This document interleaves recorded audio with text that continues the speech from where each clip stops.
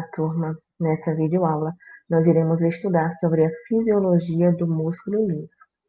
Esse tipo especial de músculo apresenta como características gerais realizar uma contração involuntária e uma contração mais lenta quando comparado com as contrações de músculo esquelético e de músculo cardíaco. Além disso, as células musculares lisas, elas têm um aspecto fusiforme. Elas são, além disso, também mononucleadas, então existe um núcleo para cada célula muscular lisa, e elas são pequenas quando comparadas com o músculo esquelético, com as células do músculo esquelético. Nessa imagem, nós podemos observar essa estrutura em forma fusiforme em um momento onde ela está relaxada. Quando a célula muscular lisa se contrai, a gente pode observar esse padrão. Além disso, essas células musculares lisas não possuem uma estriação, o que nos remete àquele padrão de sarcômero. Então, nesse caso, os elementos contráteis do músculo liso eles não estão dispostos naquela estrutura de sarcômero, como a gente observou lá no músculo esquelético. É um padrão de distribuição um pouco semelhante, mas que não é naquele sarcômero. Uma característica também interessante que nós conseguimos diferir do músculo liso para o músculo esquelético é que, no caso do músculo liso, existe uma dependência maior dos filamentos grossos para realizar o ciclo de ligação de miosina e actina, aquele ciclo de formação das pontes cruzadas. É necessário fazer uma modificação na estrutura da miosina para que ela possa interagir com a actina.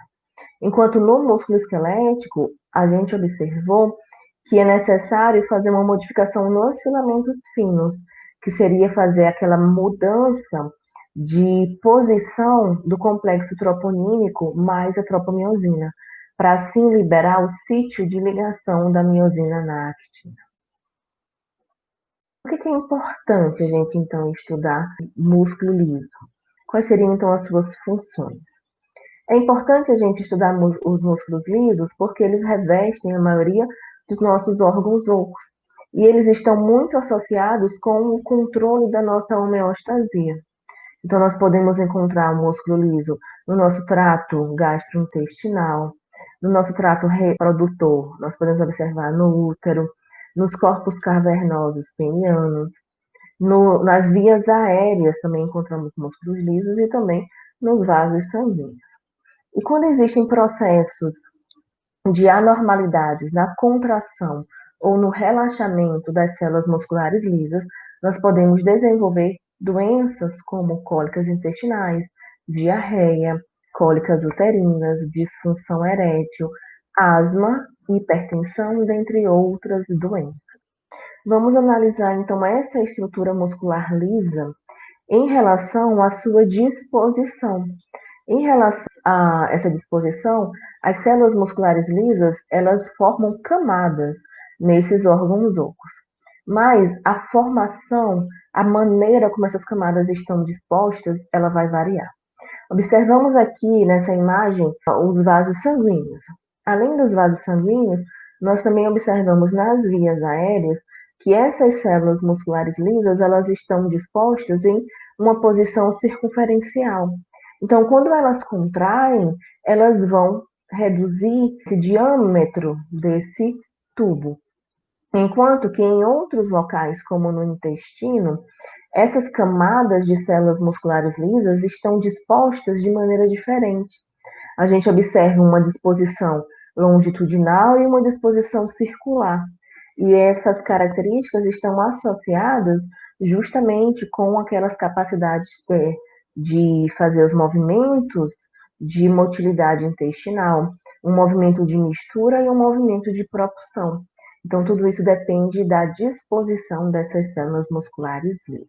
Quando nós observamos a estrutura molecular dessa célula muscular lisa, nós conseguimos perceber que possuímos também os elementos contráteis presentes lá no músculo esquelético, aqui no músculo liso. Então, existe a actina, existe a miosina, existe o retículo sarcoplasmático. Só que o retículo sarcoplasmático ele é muito mais bem desenvolvido no músculo esquelético. No músculo liso, ele é muito mais primitivo. Os filamentos de actina e de miosina também modificam nas células musculares lisas. Nós temos filamentos de actina muito mais numerosos na estrutura muscular lisa. Nós temos aí uma proporção de actina para miosina de mais ou menos 10 a 15 filamentos de actina para cada miosina que nós temos nessa célula muscular lisa.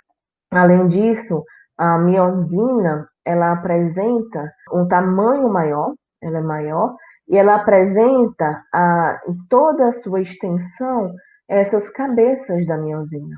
Nessa estrutura, os filamentos intermediários e esses corpos densos, que seriam essas unidades aqui roxas, eles formam a estrutura desse citoesqueleto. Então, a actina, ela se liga a esses corpos densos e cada molécula de miosina, que é essa central aqui, ela fica circundada pelos filamentos de actina. É importante observar que nesse caso aqui a gente não tem aquelas proteínas nebulina, titina, que são importantes para estabilizar esses filamentos contráteis. No caso aqui a gente vai precisar utilizar aí esses corpos densos para darem essa estabilização e um alinhamento entre os filamentos contráteis nas células musculares lisas. Observem também que a miosina desse músculo liso, ela apresenta essas cabeças móveis ao longo de todo o seu comprimento. Isso é importante porque ele faz com que esse músculo liso ele consiga se distender mais, se estirar mais, e a gente ainda vai ter uma sobreposição de filamentos finos e grossos, garantindo uma tensão muscular. E é importante porque nós temos alguns órgãos que vão se distender e se retrair para realizar suas funções fisiológicas, como por exemplo a bexiga, que vai encher e vai esvaziar de acordo com a necessidade corporal. O músculo liso ele também pode ser classificado de acordo com o padrão de comunicação que ele faz com as células vizinhas. Nesse caso, ele é dividido em unitário e multiunitário. Nas células dos músculos lisos unitários, nós observamos aí uma conexão por junções comunicantes e elas se contraem como uma unidade. Então, nesse caso, o músculo liso unitário ele está unido eletricamente através dessas junções comunicantes. Isso faz com que ele consiga se contrair como se fosse uma única unidade. O sinal que chega em uma célula ele é passado rapidamente para as outras células. Isso é muito observado nas paredes dos nossos órgãos ocos. Por isso que esse músculo liso unitário também é muitas vezes chamado de músculo liso visceral. Nós observamos isso muito no intestino delgado.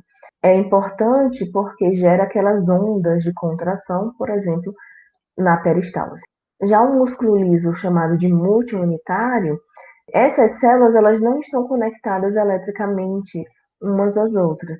E cada célula ela tem que ser estimulada individualmente. Elas estão intimamente conectadas com terminais axônicos ou com as varicosidades. E a estimulação de uma célula não vai levar à ativação de uma outra célula. Onde nós encontramos o músculo liso multiunitário, principalmente na região da íris, né, no músculo ciliar do nosso olho. Também observamos no trato reprodutor masculino e também no feminino lá no útero. Entretanto, existe uma modificação do útero da mulher nos períodos finais da gestação, fazendo com que o músculo liso, que é multiunitário, ele se transforme em músculo liso unitário. Então, existe um aumento na expressão de proteínas que fazem essa conexão das junções comunicantes, para facilitar que no momento do parto, quando chegue uma onda de excitabilidade, ela seja passada para todas as outras células e isso gere uma contração rítmica que vai auxiliar no momento do parto. Além disso, existe uma outra forma de classificar esses músculos lisos, de acordo com o padrão de contração que é gerado naquele músculo liso. Existem músculos que são chamados de fásicos e existem músculos lisos chamados de tônicos. Os músculos lisos fásicos são aqueles que apresentam contrações rítmicas e contrações intermitentes, enquanto que os músculos lisos classificados como tônicos, eles são aqueles que apresentam um padrão de manutenção de contração. Dentro dos músculos lisos fásicos, existem aqueles que se encontram normalmente relaxados. Por exemplo, o esôfago. Nós observamos aqui nesse gráfico a força de contração em função do tempo, e nós vamos ter a contração sendo realizada no esôfago no momento onde a gente precisa deglutir algo. Depois, não necessariamente ele vai ficar contraído. Então, ele gera um padrão de contração intermitente no momento que for necessário. Existem músculos lisos fásicos que produzem ciclos de contração e de relaxamento. O exemplo clássico é o que acontece no nosso intestino. E essa movimentação de gerar contração e relaxamento, por exemplo, auxilia na motilidade intestinal. Em relação aos músculos lisos chamados de tônicos, nós podemos observar um músculo liso tônico que se encontra normalmente contraído. Isso a gente observa nos esfíncteres. Então, um esfíncter esofágico, por exemplo, ele relaxa na hora que a gente precisa passar aquele material. Depois disso, ele volta a manter aquele tônus local. E o músculo liso tônico, cuja contração ele varia com a necessidade, nós observamos o músculo liso vascular. Então, os nossos vasos, eles mantêm uma certa tonicidade, mas ele consegue relaxar ou ele consegue contrair mais a depender da necessidade do momento.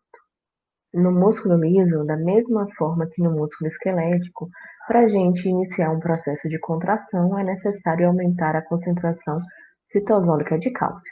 No entanto, no músculo liso, esse cálcio ele vai ser proveniente tanto do meio extracelular como também dos estoques intracelulares.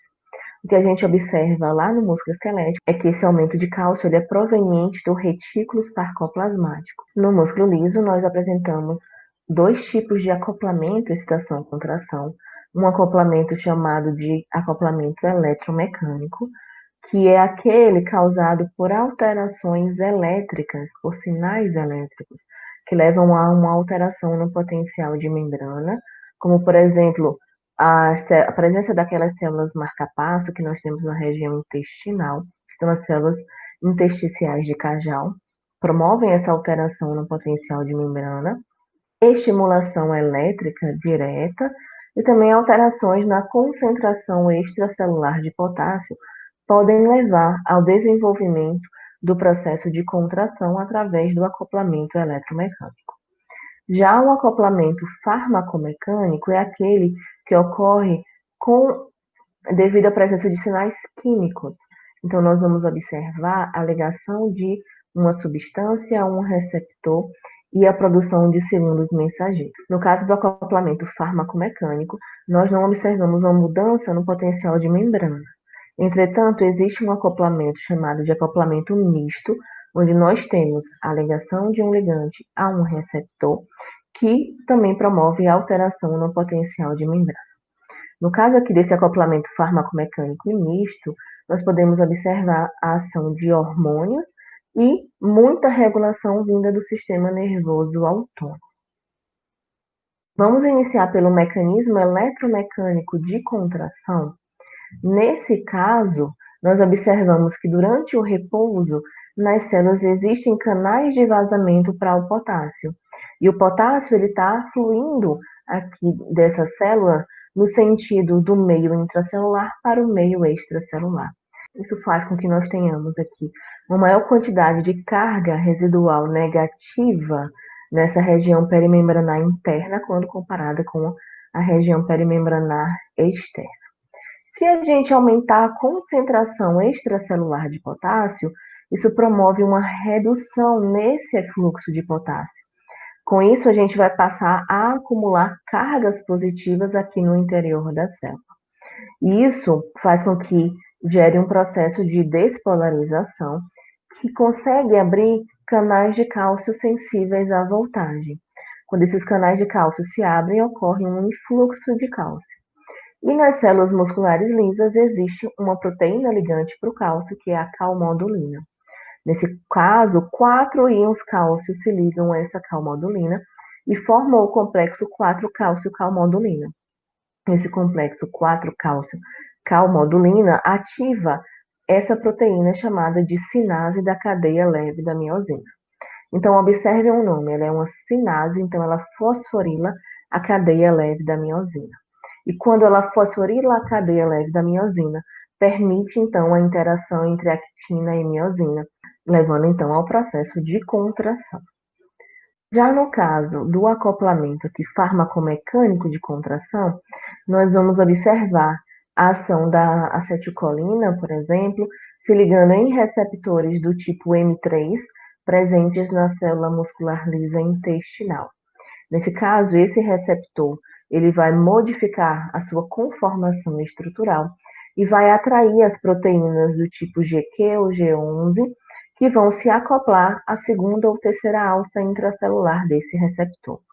Isso promove uma mudança conformacional nessa proteína G e a sua subunidade alfa, então, perde a afinidade pelo GDP. E aí ela troca esse GDP pelo GTP e, devido ao impedimento estérico, se dissocia do dímero beta-gama. Nesse caso, a subunidade alfa ligada ao GTP ativa a enzima fosfolipase C-beta-1, que cliva o fosfolipídio de membrana PIP2, que é o 4,5-bisfosfato de fosfatidil-inositol, em IP3 e diacilglicerol. O diacilglicerol, por ser lipossolúvel, fica aqui ancorado à membrana, enquanto que o IP3, por ser hidrossolúvel, consegue permear na região do citoplasma. O IP3 é 1,4,5-trisfosfato de inositol. O IP3, então, pode se ligar ao seu receptor presente na membrana do retículo sarcoplasmático, e com isso ele promove, então, a abertura desse receptor, que é um canal de cálcio sensível ao IP3. Dessa forma, promove a liberação de cálcio desse estoque intracelular. Além disso, esse cálcio ele pode se ligar a esse receptor de rianodina, que também está presente na membrana do retículo sarcoplasmático. Esse receptor de rianodina é um canal de cálcio sensível ao cálcio. Com isso, existe a abertura desse receptor e a liberação de mais cálcio desse estoque intracelular. Em seguida, o cálcio ele se liga na proteína sinase C e a transloca aqui para a região de membrana, onde, junto com o diacilglicerol, eles a ativam. Então, a proteína sinase C, que é a proteína sinase dependente de cálcio, por ser uma sinase, ela vai fosforilar alvos celulares. Uma das coisas que a PKC pode fosforilar são esses canais de cálcio dependentes de voltagem. Ao fosforilar os canais de cálcio dependentes de voltagem, ela favorece a abertura desses canais. Com isso, existe um influxo de cálcio. Em seguida, o cálcio ele se liga à proteína ligante de cálcio do músculo liso, que é a calmodulina, e forma aquele complexo 4-cálcio-calmodulina. Eles, então, ativam a enzima sinase da cadeia leve da miosina, que vai fosforilar a cadeia leve da miosina e permitir a interação dos filamentos de actina e miosina, levando ao processo de contração.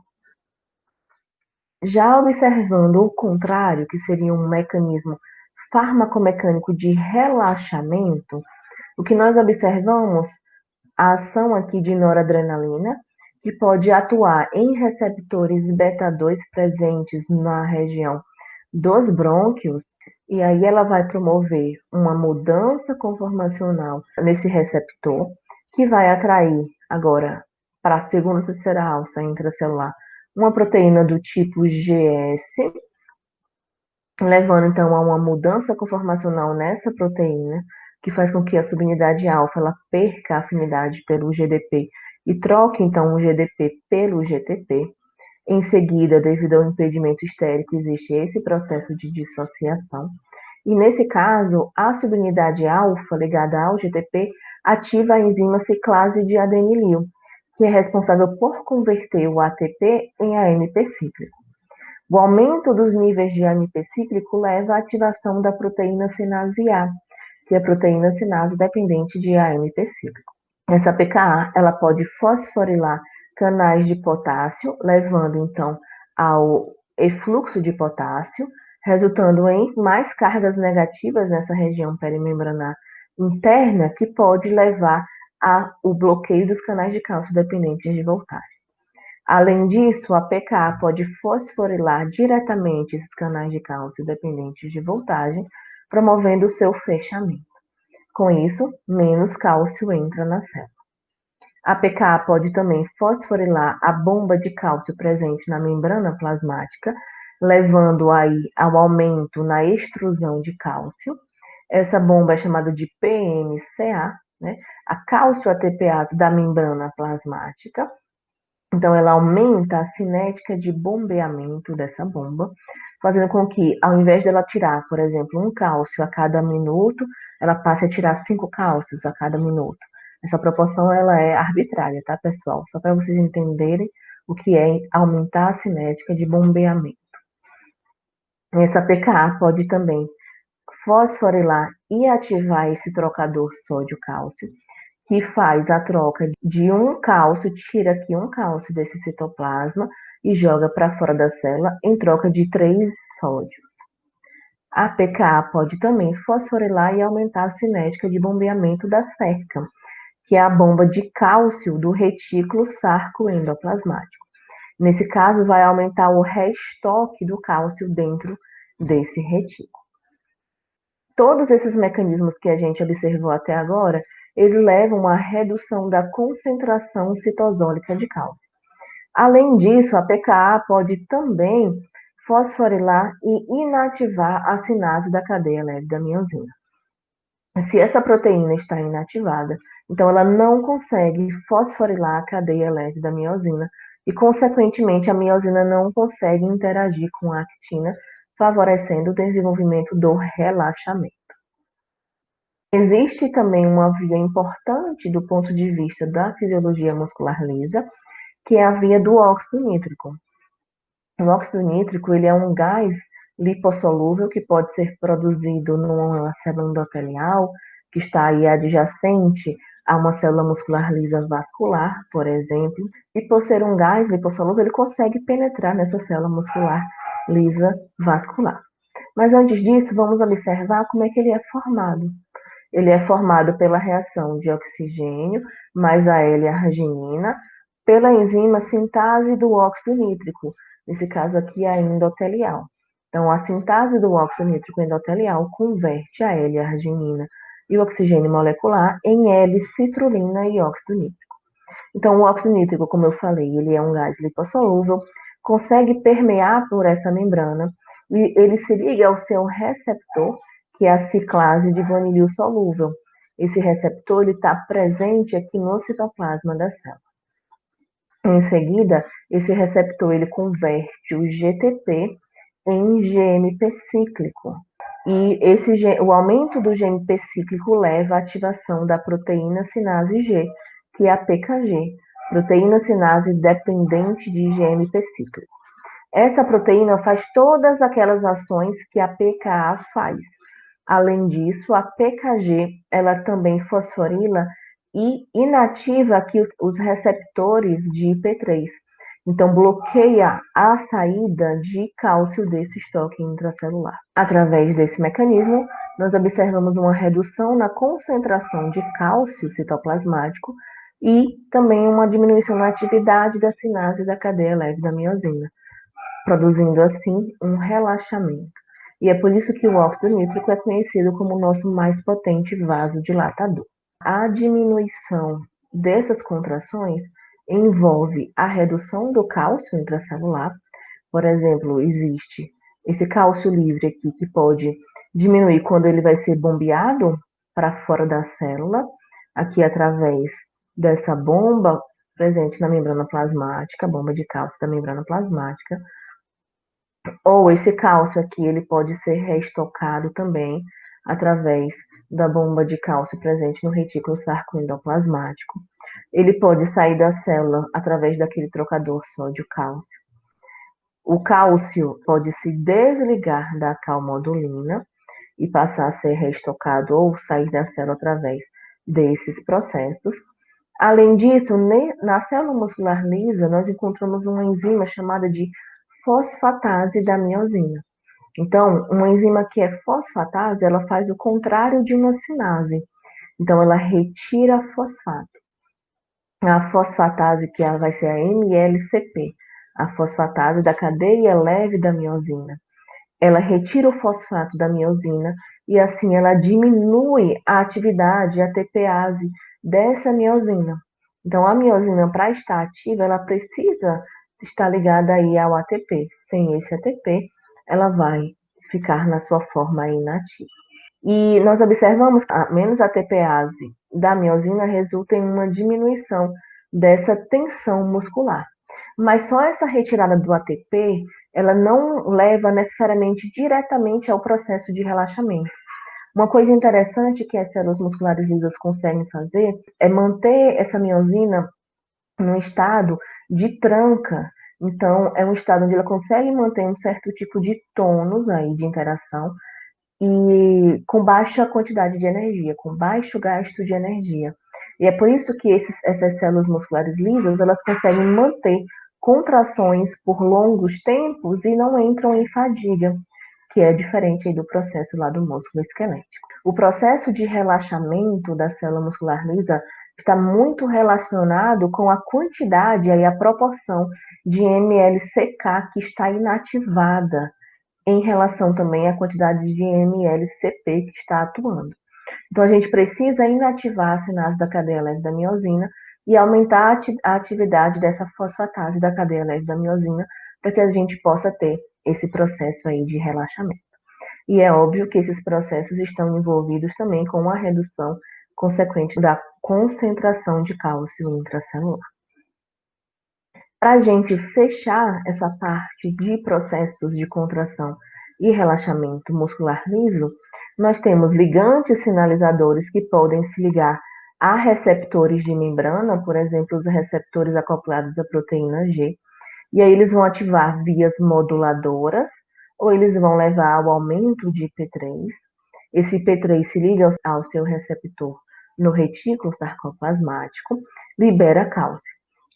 Essas vias moduladoras podem alterar a atividade da sinase da cadeia leve da miosina ou da fosfatase da cadeia leve da miosina. Dessa forma, podem favorecer ou inibir o processo de contração muscular. Esses ligantes podem também se ligar a canais na membrana, e aí, nesse caso, a gente está falando de receptores ionotrópicos, que vão mudar a sua conformação, levando, por exemplo, a um aumento na entrada de cálcio, que vai poder ser reestocado no retículo ou então vai estimular o processo de contração muscular. Esses canais de membrana eles podem ser abertos por despolarização, por estiramento, mas aí agora eles vão ser chamados de canais iônicos. Existem também canais de cálcio operados por estoque. Quando existe uma diminuição na concentração de cálcio que está estocado no retículo sarcoplasmático, esse é um sinal que leva à ativação de canais de cálcio que são operados por estoque. Eles são sensíveis a essa concentração aqui presente dentro dos estoques intracelulares. Eles então se abrem, existe um aumento da entrada de cálcio para que essa entrada de cálcio possa levar a um reestoque de cálcio nesse retículo sarcoplasmático. Existem sistemas de controle que estimulam ou que dificultam esses processos de contração. O que é que pode fazer esse controle? Principalmente o sistema nervoso autônomo. Nós temos a presença aqui de um nervo intrínseco ou um nervo proveniente do sistema nervoso autônomo, que pode liberar neurotransmissores que podem atuar em células musculares lisas. No caso das multiunitárias, a gente vai ter esse neurotransmissor atuando em uma célula, a gente tem uma resposta nessa célula, a gente tem ele atuando em outra célula, a resposta nessa célula, e assim sucessivamente. Existem hormônios circulantes e a gente pode ter processos de difusão que podem ativar também essas células multiunitárias, ou esses hormônios circulantes ou os neurotransmissores, eles podem ativar células musculares lisas aí do músculo liso unitário. E aí, ativando uma célula, essa resposta ela vai ser propagada para as células subjacentes, uma vez que existe uma íntima comunicação delas através daquelas junções comunicantes. Quem são os neurotransmissores e os hormônios que podem modular a atividade do músculo liso?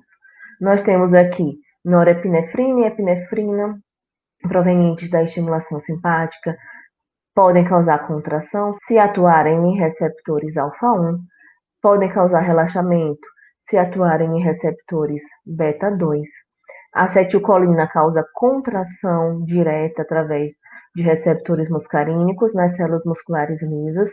A acetilcolina ela pode causar relaxamento se ela atuar em receptores muscarínicos numa célula endotelial, levando ao aumento de formação aí do óxido nítrico. Nós temos a angiotensina 2, causando contração, a vasopressina causando contração, a endotelina causando contração, a adenosina causando relaxamento. Então, existe uma série de agonistas para esses receptores que atuam nos músculos lisos. Uma outra característica do músculo liso é que ele pode gerar contrações diferentes. Uma contração fásica e uma contração tônica. Nós podemos observar que uma estimulação com a acetilcolina em ilho, nós observamos que essa contração, ela apresenta uma parte que é rápida, sobe rapidamente e começa a cair rapidamente, que é a contração fásica, enquanto uma outra componente ele é sustentado. Então, o ilho, que faz parte ali do nosso intestino delgado, é classificado como um músculo liso fásico. E na contração que nós observamos, existe um componente fásico, que é aquele componente rápido, e existe um componente tônico, que é aquele componente sustentado. Já que numa contração induzida pela noradrenalina em aorta, nós observamos que nos vasos o músculo liso local é classificado como tônico, aquele que sustenta essa contração, e essa contração ela é mais longa.